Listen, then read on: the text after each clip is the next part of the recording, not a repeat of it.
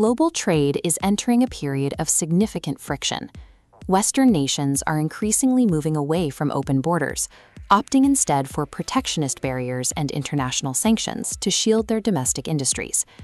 This shift toward trade shielding became a central pillar of U.S. economic strategy during the Donald Trump administration, eliminated tariffs on imports from 53 different African nations, opening its market to a massive range of goods duty-free.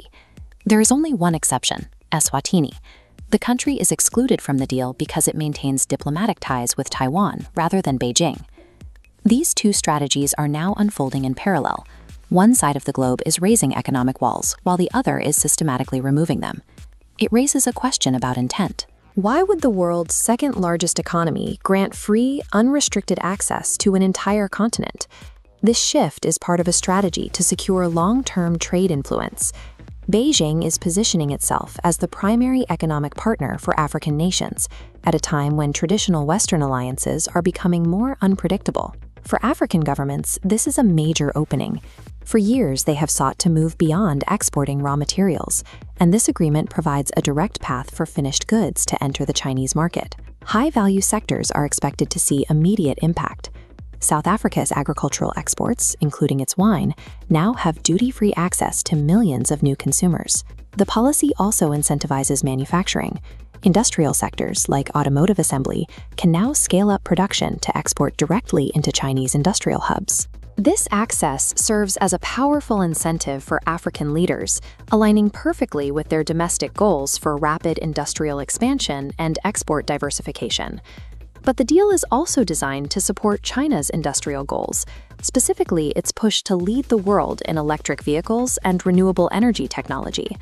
Rising global demand for green tech relies on minerals like lithium, cobalt, and copper, resources heavily concentrated in Africa. The regions with the highest density, like Zambia, Namibia, and the DRC, are now receiving zero-tariff access. Chinese industrial groups are leveraging this policy to secure long-term mining partnerships, ensuring a steady flow of these minerals for their factories back home. This isn't a new development, but rather the next phase of the Belt and Road framework.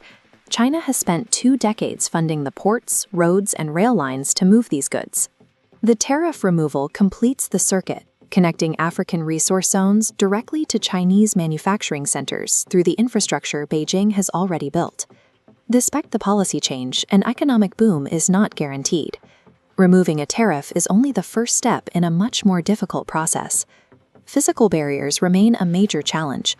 High logistics costs and delays at border checkpoints mean that even duty-free goods struggle to reach their destination efficiently. Perhaps the biggest hurdle is the lack of reliable electricity. Without a stable power grid, many African nations cannot process their own minerals into the high-value industrial components the deal encourages. If these infrastructure gaps are not closed, many countries may remain stuck as suppliers of raw materials rather than becoming advanced manufacturing hubs. Even so, the deal provides a strategic alternative. African governments are using this connection to China to reduce their exposure to the shifting trade policies and sanctions of Western economies. This creates a significant challenge for the United States and Europe. To stay competitive, they will need to offer their own trade frameworks that provide similar long-term certainty for African exporters. By opening its market as others pull back, Beijing has shifted the center of gravity for African trade.